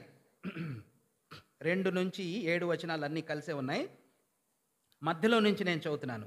దేవుడు తన కుమారుడును మన ప్రభు అయిన యేసుక్రీస్తు విషయమైన ఆ సువార్తను పరిశుద్ధ లేఖనముల యందు తన ప్రవక్తల ద్వారా ముందు వాగ్దానము చేసెను. యేసుక్రీస్తు ప్రభు వారిని గురించి చెప్తున్నాడు. యేసుక్రీస్తు శరీరమును బట్టి ఎక్కడ పుట్టాడు? దావీదు సంతానముగాను, మృతులలో నుండి పునరుద్ధానుడైనందున పరిశుద్ధమైన ఆత్మను బట్టి దేవుని కుమారుడుగాను ప్రభావముతో నిరూపింపబడెను. అమ్మ, యేసయ్య వారిలో ఎన్నున్నాయి? 2 కాంబినేషన్స్ ఉన్నాయి, చూసారా? ఒకటేంటి? శరీరాన్ని బట్టి దావీదు కుమారుడు, దేవుని ఆత్మను బట్టి దేవుని కుమారుడు. అట్లాగైతే ఇప్పుడు మానవ సంబంధితమైనటువంటి యెషయి మొద్దులో నుంచి దావీదు కుమారుడిగా ఈయన పుడతాడే, మరి మానవుడే కదా. ఈయనలో ఏముంటుంది లోపల? ఇప్పుడు మనందరం మనుషులం కదా, మనందరం మామూలు మనుషులమే. మరి మానవ సంబంధితమైనటువంటి వ్యక్తులకి జ్ఞానం ఎట్లా ఉంటుంది? మనం ఎలా తీర్పు తీరుస్తాం? మనం ఎలా అర్థం చేసుకుంటాం? మనం ఎలా ఆలోచిస్తాం? మీరు చెప్పండి. మనుషులం మనందరం, మీరు, నేను, మనము, ఈ లోకంలో ఉన్న వాళ్ళందరం, మనందరం ఎలా ఆలోచిస్తాం? నార్మల్గా ఆలోచిస్తాం. అంటే ఏదైనా కనిపించే దాన్ని మనం ఒప్పుకుంటాం. తీర్పు తీర్చేటప్పుడు, డెసిషన్ చేసేటప్పుడు, ఆలోచించేటప్పుడు సర్వసాధారణంగా మనం న్యాచురల్ హ్యూమన్ బీయింగ్స్ లాగా ఆలోచన చేస్తాం. కానీ ఈ రాత్రి వేళ మనం గుర్తుపెట్టుకోవాల్సిన అంశం ఏమిటంటే, ప్రభువు మీదకి దేవుని ఆత్మ పావురం రూపంలో దిగి వచ్చినప్పుడు, ఆత్మ సంబంధమైనటువంటి వ్యక్తిగా మన ప్రభు తన సేవను జరిగించేటప్పుడు ఆయన శరీర రీతిగా మానవుడిగా కనిపించిన 11వ అధ్యాయంలో మనం చూద్దాం. చూడండి, 11వ అధ్యాయం, యెషయా గ్రంథం 11:2. యెహోవా ఆత్మ జ్ఞాన వివేకములకు ఆధారమగు ఆత్మ. ఆయనకేమిచ్చాడంట? ఆలోచన బలములకు ఆధారమగు ఆత్మ, తెలివిని, యెహోవా ఎడల భయభక్తులను పుట్టించు ఆత్మ అతని మీద. ఇంకా మీరు కిందకి చదవండి. కంటి చూపును బట్టి అతడు తీర్పు తీర్చడు, వినేదాన్ని బట్టి విమర్శ చేయుడు, నీతిని బట్టి బీదలకు తీర్పు తీర్చును, భూనివాసులలో దీనులైన వారికి యథార్థముగా విమర్శ చేయును. 5వ వచనం, అతని నడుమునకు నీతియు, అతని తుంట్లకు సత్యమును నడికట్టుగా ఉండును. ఎక్కడ ఇవన్నీ ఉంటాయి? ఆలోచన, జ్ఞానం, వివేకం, తెలివి, యథార్థత, నీతి, సత్యం, ఇవన్నీ ఎక్కడ ఉంటాయి ఒక మానవుల్లో? లోపల ఉంటాయి. వినండి వినండి, ప్రభు మీద దేవుని ఆత్మ నిలిచాడే, పాత నిబంధనలో దేవుని ఆత్మ ఎవరి మీదకి వస్తాడో వాళ్ళు సంసోనులాగా బలవంతులవుతారు. ప్రభు ఆత్మ ఎవరి మీదకి వస్తాడో ఏలియాలాగా ప్రభావపూరితంగా బయట పనులు చేస్తారు. కానీ భక్తుడైనటువంటి యెషయా ఏమని చెప్తాడంటే, యెషయి మొద్దులో నుంచి పుట్టబోయే దైవ కుమారుడని పిలువబడే ఇమ్మానుయేలుకి లోపలుంటాయి. ఏంటి? జ్ఞానం, వివేకం, తెలివి, ఆలోచన, నీతి, యథార్థత, సత్యం. ఎక్కడ? ఇన్సైడ్.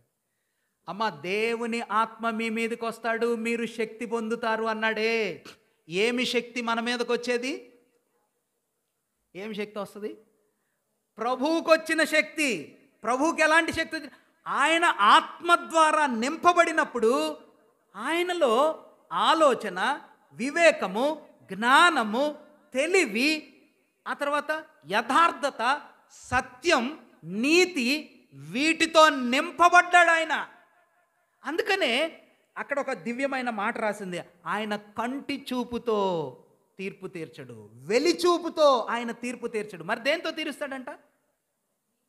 నీతితో తీరుస్తాడు. ప్రభు దగ్గరికి చాలామంది నమ్మినట్టుగా వచ్చారు. యోహాను సువార్తలో మనం ఇలా చదువుతాం, ప్రభు వాళ్ళ అంతరంగాలను ఎరిగాడు కాబట్టి వాళ్ళని ఆయన చేర్చుకోలేదు. 7వ అధ్యాయంలో మనం చూద్దాం, చూడండి. యోహాను సువార్త 7వ అధ్యాయం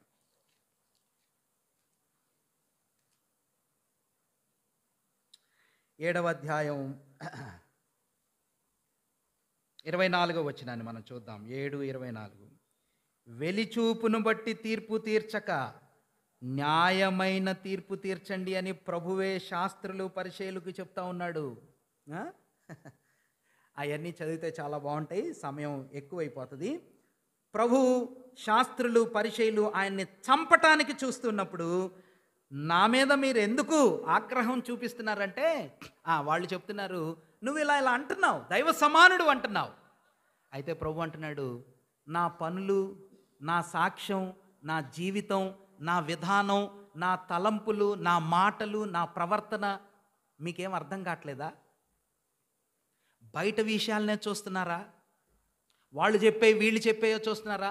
వెలిచూపును బట్టి కాక న్యాయమైన తీర్పు తీర్చండి.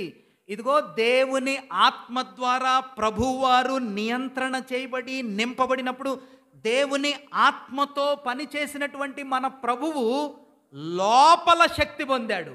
ఏం శక్తి అంటే, he understood the inside matters of God. దేవుని యొక్క ఆత్మ సంబంధమైన విషయాల్ని దేవుని ఆత్మ ద్వారా ఈయన అర్థం చేసుకున్నాడు. దేవుని చిత్తానికి లోబడటానికి ఇష్టపడ్డాడు, సత్యవంతంగా ఉండటానికి ఇష్టపడ్డాడు, విధేయుడిగా ఉండటానికి ఇష్టపడ్డాడు, దైవ జ్ఞానం చేత నింపబడటానికి ఆత్మదేవుని యొక్క సహాయం ఆయనకి సహాయమైంది. అంటే దీని అర్థం ఏంటంటే, ఇప్పుడు పాత నిబంధనలో ఆత్మ ప్రభావం బయట పనిచేయటానికి పనిచేసింది. యేసు ప్రభు వారి మీద ఆత్మదేవుని యొక్క శక్తి జ్ఞానం, తెలివి, వివేచన, యథార్థత, నీతి, సత్యం, ఇదిగో వెలిచూపును బట్టి, బయటికి కనిపించే వాటిని బట్టి కాకుండా అంతరంగములో ఉండే విషయాలను ఆధారితంగా పనిచేయటానికి లోపల శక్తినిచ్చింది, లోపల జ్ఞానం ఇచ్చింది. ఇప్పుడు పరిశుద్ధాత్ముడు మీ మీదకి వస్తాడు, మీరు శక్తి పొందుతారు అని చెప్పినప్పుడు ఏం శక్తిది? ఇదిగో ప్రభువు వారికి వచ్చిందే శక్తి. జ్ఞానం, వివేచన, తెలివి, బయటవి చూసేది కాకుండా లోపల చూసే తెలివి, నీతి, సత్యం, యథార్థత, వీటితో నింపబడి జీవించేటటువంటి ఇంటర్నల్ నాలెడ్జ్, ఇంటర్నల్ పవర్, ఆంతరంగికమైనటువంటి దైవ ప్రభావం యేసు ప్రభు వారి మీద ఉంది. అదే ఆత్మ ప్రభావం మనలోకి వస్తుంది. నంబర్ వన్ దేవుని ఆత్మశక్తి మీ మీదకి వచ్చినప్పుడు, ఇదిగో ప్రభు మీదకి వచ్చిందే, జ్ఞాన వివేచనలు కలిగిన ఆత్మ మీ మీదకి వస్తాడు. మీరు కూడా ఆత్మ సంబంధమైన విషయాలను వివేచింపగల సమర్థులవుతారు. పరలోకపు సత్యాలు అర్థం చేసుకునే వ్యక్తులవుతారు.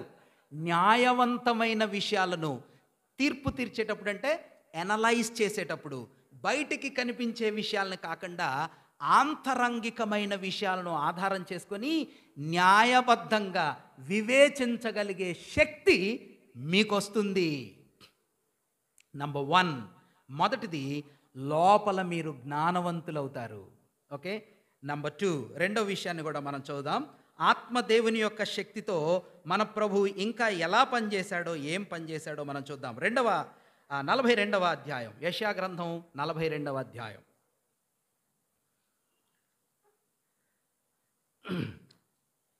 ఫాస్ట్గా చూడండి.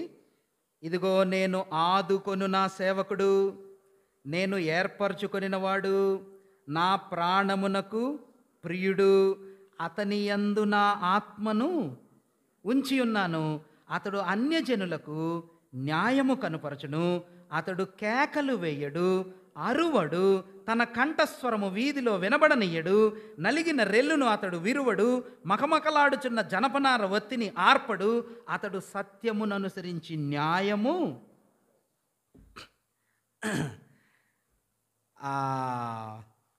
ఇవి కూడా చాలా ఇంట్రెస్టింగ్ విషయాలు. యెషయా భక్తుడిని మనం పాడే ప్రవక్త అంటాం కదా. యెషయా భక్తుడిని ఏమంటాం?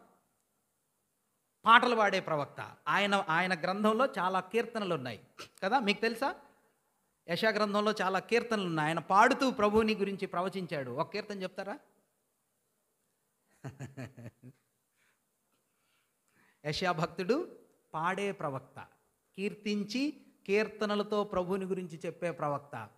ఇర్మియా ప్రవక్త రాసే ప్రవక్త. యెహెజ్కేలు పెయింటింగ్ ప్రవక్త, చిత్రలేఖనాలు, బొమ్మలేసి సువార్త చెప్తాడు, బొమ్మలేసి ప్రవచనాలు చెప్తాడు. యెషయా పాడి ప్రభువుని గురించి చెప్తాడు. 5వ అధ్యాయం ఒక పాట, 12వ అధ్యాయం ఒక పాట, 25వ అధ్యాయం ఒక పాట, 26వ అధ్యాయం ఒక పాట. గొడ్రాల పిల్లలు కనదాన జయగీతమెత్తి ఎన్నో అధ్యాయం? 54వ అధ్యాయం యెషయా గ్రంథం, అదొక పాట. యెషయా గ్రంథంలో చాలా పాటలు ఉన్నాయి. యెషయా గ్రంథంలో సేవకుడు మన ప్రభు ఎలా కనిపిస్తాడు? సర్వెంట్ సాంగ్స్ అంటారనమాట. అంటే సేవకుడిని గూర్చి పాడే పాటలు. ఏం పాటలు? సేవకుడిని గూర్చి పాడే పాటలు. ఇదిగో ఇక్కడ మొదలైంది. ఇది మొదటి పాట, మొదటి కీర్తన. ఎవరిని గురించి? సేవకుడిని గురించి. ఇదిగో నన్ను ఆదుకొను నా సేవకుడు, నేను ఏర్పరచుకొని నా ప్రాణమునకు ప్రియుడు, అతని యందు నా ఆత్మను ఉంచి ఉన్నాను. ఇది సేవకుడిని గురించి పాడే మొదటి కీర్తన. రెండో కీర్తన కూడా చూద్దాం. చూడండి, 49వ అధ్యాయం. 49వ అధ్యాయం యెషయా గ్రంథం 49. యెషయా గ్రంథం 49, 5వ వచనం చూస్తారా? యెహోవా దృష్టికి నేను గనుడనైతిని, నా దేవుడు నాకు బలమైను కాగా, తనకు సేవకుడినయ్యుండి తన యొద్దకు యాకోబును తిరిగి రప్పించుటకు. ఎవరంట? దేవునికి సేవకుడయ్యుండి యాకోబును తిరిగి రప్పించటానికి ఇదిగో ఆయన పనిచేస్తాడు. మీరు చదవండి ఇంటికి వెళ్ళిన తర్వాత. 6వ వచనం ఆఖరి మాట, 6వ వచనం ఆఖరి మాట. నా సేవకుడు అయ్యుండుట ఎంతో. 7వ వచనంలో మధ్య భాగం చూస్తారా? 7వ వచనం, జనులకు అసహ్యుడును నిర్దయాత్మల సేవకుడునగు వానితో ఇలాగూ సెలవిచ్చుచున్నాడు. ఇదొక కీర్తన. ఏం కీర్తన? సేవకుడి కీర్తన. 42లో సేవకుడి కీర్తన, 49లో సేవకుడి కీర్తన. 50వ అధ్యాయం కూడా చూద్దాం. చూడండి, 50వ అధ్యాయం 10వ వచనం చూస్తారా? 10వ వచనం, మీలో యెహోవాకు భయపడి ఆయన సేవకుని మాట వినువాడెవడు? ఎవరంట? ఆయన సేవకుడి గురించి ఎవరు వింటారు? ఇది థర్డ్ సాంగ్. సేవకుడిని గురించి 3వ కీర్తన. ఇక ఆఖరి కీర్తన 52వ అధ్యాయం 13వ వచనం చూడండి. 53వ అధ్యాయం 13వ వచనం. ఆలకించుడి, నా సేవకుడు వివేకముగా ప్రవర్తించును. ఇక్కడి నుంచి మొదలైంది. ఏంటిదది? కీర్తన. సేవకుడిని గురించి కీర్తన. ఎక్కడ ఎండ్ అయింది?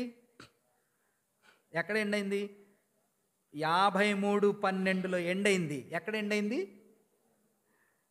52:13లో మొదలయ్యి 53:12లో. ఆరాధనలో మనం ఎన్ని సందర్భాల్లో, చాలా సందర్భాల్లో ఏం అధ్యాయం చదువుతాం?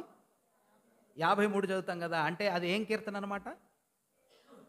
సేవకుడి కీర్తన. 42 మొదటి కీర్తన, 49 రెండో కీర్తన, 50 మూడో కీర్తన, 52 నుంచి 53 వరకు 4వ కీర్తన. ఈ 4 కీర్తనలు ఉన్నాయి.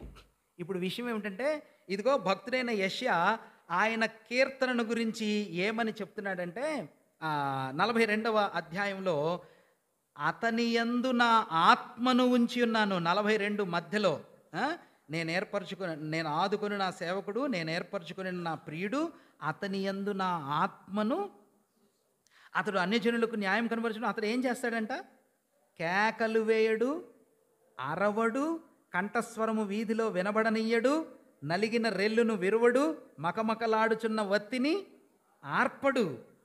ఏమనిపిస్తుంది చదువుతుంటే? ఏమనిపిస్తుంది? It is something that what he will do. అక్కడేమో 11వ అధ్యాయంలో దేవుని ఆత్మచేత జ్ఞానాత్మ వివేచనలతో నింపబడిన లోపల పరిస్థితిని గురించి చెప్పాడు. 42వ అధ్యాయంలో ఆయన ఆత్మచేత నింపబడి చేసే పనుల గురించి చెప్తున్నాడు. ఎలాంటి పని చేస్తాడంటే, ఈయన అరవడు, కేకలేడు, రెల్లుని విరవడు, ఒత్తిని ఆర్పడు. కానీ ఇదిగో చూడండి 10వ వచనంలో ఏమంటున్నాడో చూడండి. 42:10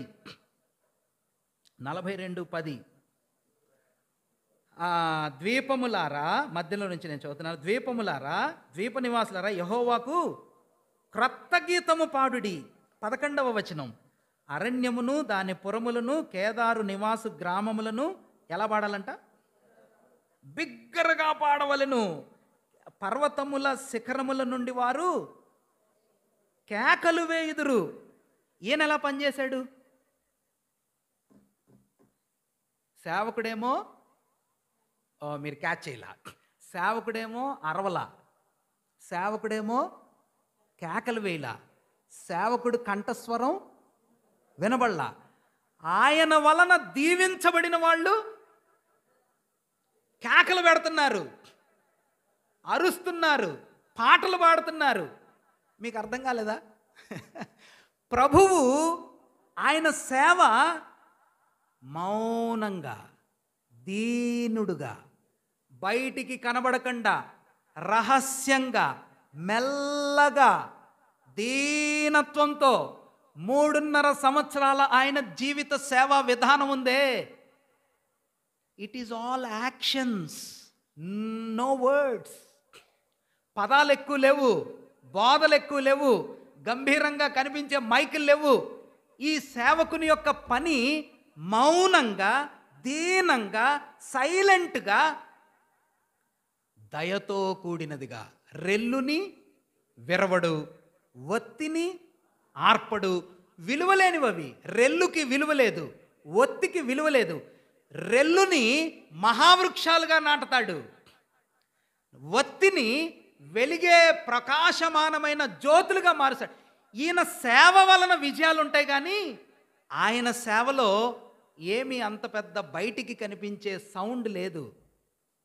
దీన్ని ఏమంటారంటే, ఆత్మ ద్వారా మన ప్రభువు శోధించబడి, ఆత్మ ద్వారా మన ప్రభువు విలేజ్ టు విలేజ్, గ్రామాల నుంచి గ్రామాలకి, పట్టణాల నుంచి పట్టణాలకి ఏ రీతిగా ఆయన దీనుల కొరకు సేవ చేశాడో, స్వస్థపరిచాడో, రక్తస్రావం కలిగిన స్త్రీని, పాపాల్లో పట్టబడినటువంటి స్త్రీని ఆయన దీనుల కొరకు ఎలాగా క్రియారూపకములో ఆయన చేయుటకును బోధించుటకును. ఆయన ఏమి చేస్తాడో మౌనంగా, దీనంగా, హంబుల్గా, ఎవరిని గాయం చేయకుండా, ఎవరికి ఇబ్బంది కలిగించకుండా అందరి జీవితాలను కట్టే రీతిగా ఆత్మశక్తితో ఆయన ఎలా పనిచేశాడో. 11వ అధ్యాయంలో ఆత్మచేత నింపబడి జ్ఞానాత్మ వివేచనలతో ఎలా నింపబడ్డాడో లోపల పరిచర్య.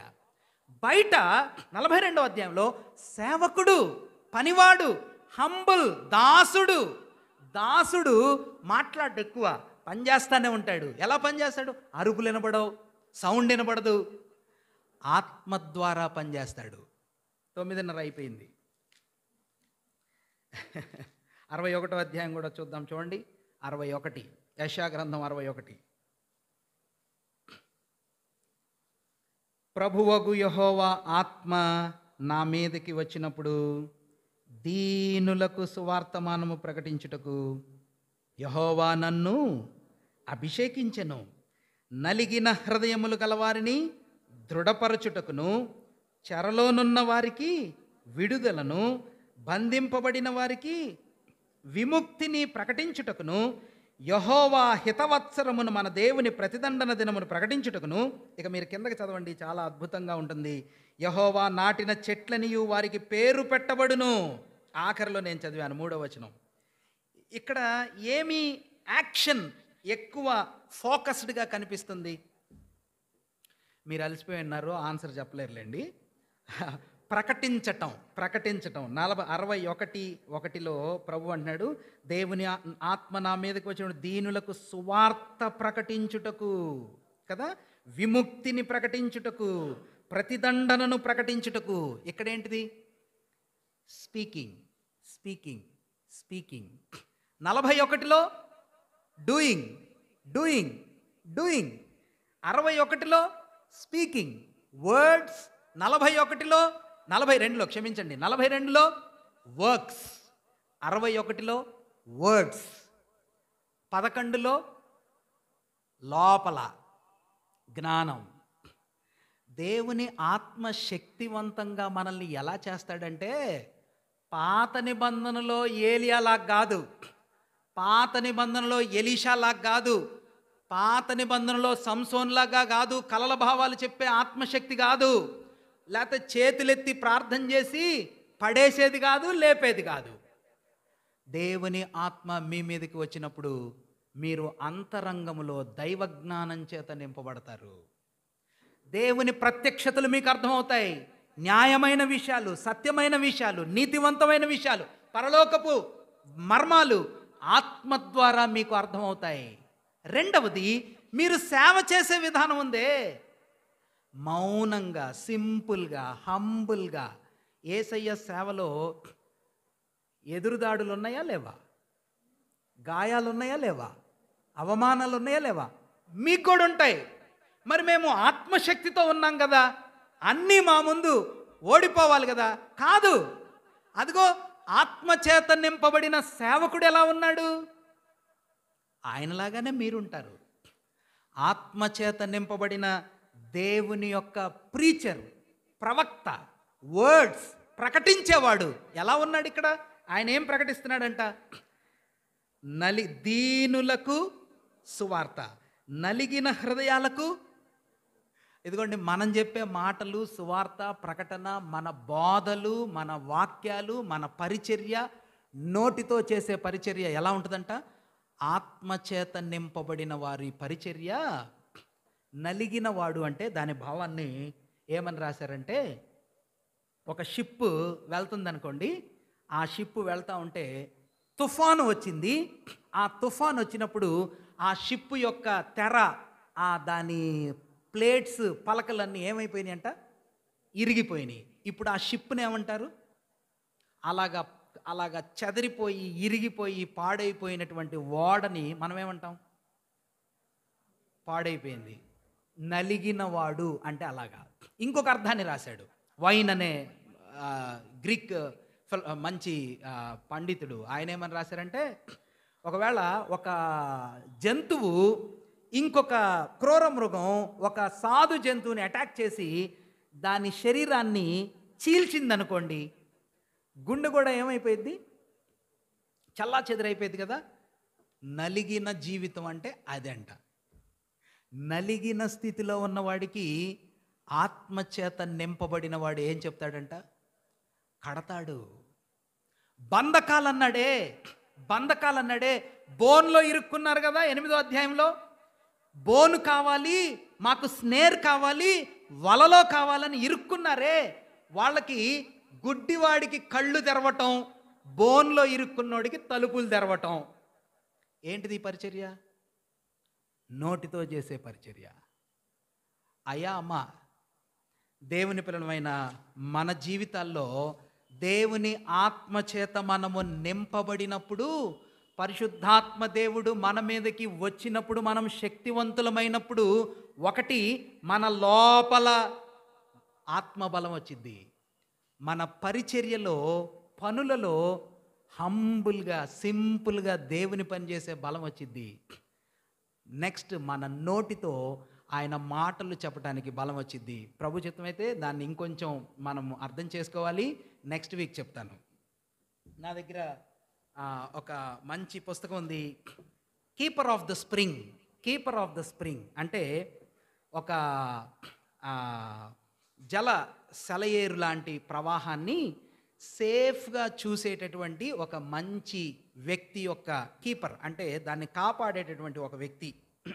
ఆయనను గురించినటువంటి స్టోరీ, ఇట్స్ నాట్ రియాలిటీ, ఇది ఒక చిన్న స్టోరీ. దీన్ని పీటర్ మార్షల్ అనే ఆయన యునైటెడ్ స్టేట్స్ సెనెట్లో ఒక మంచి పాస్టర్గా పనిచేసిన ఆయన మాటికి చెప్పేవాడంట. ఆ స్టోరీ ఈ బుక్లో ఉంది, నాకు చాలా నచ్చింది. దాని ఊరినే చెప్పి నేను ముగిస్తాను. Please bear. ఈ ఆల్స్ పర్వతాల మధ్యలో నుంచి, అంటే కొండ ప్రాంతాలు, మంచు పర్వతాల మధ్యలోంచి నీళ్లు ఒక పట్టణంలోకి వెళ్తాయి. ఆ పట్టణంలోకి వెళ్ళేటప్పుడు మన దేశంలో లేదులేండి, ఫారిన్ కంట్రీలో నీళ్ల ప్రవాహం కలుషితం కాకుండా, చెట్లు ఆకులు కలుషితం కాకుండా వాళ్ళు కొందరు వ్యక్తుల్ని డ్యూటీలుగా ఎంచుకుంటారు. అంటే ఒక వ్యక్తిని ఎంచుకున్నారు, దాన్ని చూడాలి, అతను బాగా చూడాలా. అతను మౌనంగా ఉంటాడు, ఎవరికి కనబడ్డు, జీతం తీసుకుంటాడు. ఆ పట్టణంలో కౌన్సిలర్స్ ఆయన ఎంచుకున్నారు. ఆయన చక్కగా దాన్ని క్లీన్ చేసి, బాగా చేసి, అందరికీ స్వచ్ఛమైన నీళ్లు, మంచి పర్యాటకులు, ఫ్లవర్స్, ఆ తర్వాత వన్యప్రాణులు అన్నీ అభివృద్ధి చెందుతున్నాడు. చాలా బాగుంది. ఒకరోజు సడన్గా చాలా సంవత్సరాల తర్వాత కమిటీ వాళ్ళు కూర్చొని, ఇతనికి ఎంత జీతం ఇస్తున్నామని చూస్తే చాలా ఎక్కువ జీతం ఇస్తున్నామని ఆయన్ని తీసేశారంట. తీసేసిన తర్వాత 2-3 నెలలు బాగానే ఉందంట. 3వ నెల నుంచి నీళ్లు కలర్ మారినాయి అంట. పట్టణంలోకి వచ్చే నీళ్ళు ఏమైనాయి? కలర్ మారినాయి. రోగాలు పెరిగినాయి, పర్యాటకులు రావట్లేదు, అంతా కలుషితమైపోయి ఫంగస్ వచ్చేసి ఆ నీళ్ళంతా పాడైపోయినాయి. అప్పుడు వాళ్ళు గ్రహించారంట, మనం చాలా పెద్ద తప్పు చేశాము. ఆ ముసలాయన ఎవ్వరికీ కనబడకుండా ఆ స్ప్రింగ్ని, ఆ నీటి సెలయేరుని కాపాడే అతను ఎక్కడున్నాడో పిలవండి అన్నారంట. పిలిచారు అతన్ని. పిలిచి మళ్ళీ అతన్ని పెట్టగానే అతను మళ్ళీ ఒక 2-3 నెలలకి ఆ సెలయేరంతా ఏమైపోయింది? బాగైపోయిందంట. ఆ దైవభక్తుడు, ఆ చాప్లిన్ ఇలా చెప్పాడంట, యూ అండ్ ఐ, మీరు నేను ఆత్మపూర్ణులంగా ఆయన స్ప్రింగ్ కీపర్ చేసిన లాంటి పని, పరిచర్య చేయటానికి ప్రభు మనల్ని ఎంచుకున్నాడు. మన పని కనబడదు, మన పని వినబడదు, మన పని అందరికీ తెలీదు, కానీ మన పట్టణం ఆనందంగా, ఆరోగ్యంగా, దైవికంగా ఉండటానికి దాని వెనక ఉండి పరిచర్య చేసే సాక్షులంగా, ఆత్మబలంతో ప్రభువు వెంట నడిచే విశ్వాసులంగా ఉండాలని ప్రభు మనల్ని కోరుకుంటున్నాడు.